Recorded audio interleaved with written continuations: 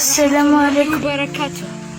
نحن هنا ملائكة نعيش في عرين الجحيم، ولكن بالرغم من أننا نحاول أن نعيش إلا أننا نموت موتا بطيئا. فهنا كل مرة نحاول أن نجمع ذرة أمل يتم سحقها من طرف المسؤولين، فالرؤساء لم يسمعوا لنا، وهذه رسالة موجهة إلى الرئيس الجمهورية والسلطات المعنية. فنحن نريد فقط حقنا في العيش الكريم، فنحن نحاول أن نحيا كالبشر وليس كالحيوانات، فهذه حياة حيوانية وليست بشرية.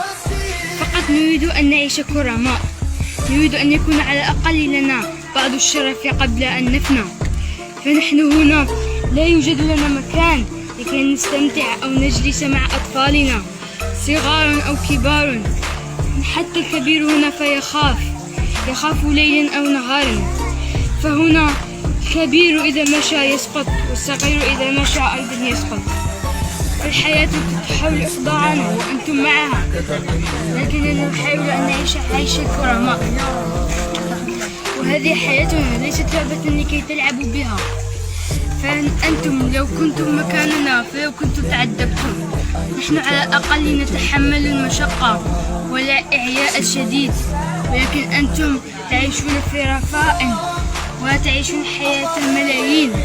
إلا نحن نفرح عندما نرى حتى لو رأينا فقط الصورة، لكن أنتم تعيشون حياة يتمناها الجميع ولا تريدوا أن تشاركوا وتتقاسموا.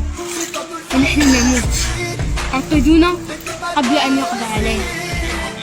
والله على الأقل سمعنا وأنتم لم تسمعوا. أصغوا لخالقكم، أصغوا لنا، أصغوا للملائكة الصغار الذين يحاولون إيصال رسالتهم، وهم يتشوهون ويسقطون ويضربون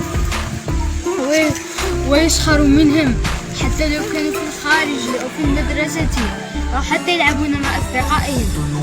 فتتم مناداتهم بأسماء لن يتقبلها جيلكم. حياتكم لا تتقبل هذه الأسماء. فقط هذه رسالتي، نريد العيش الكريم، هذه هي رسالتي.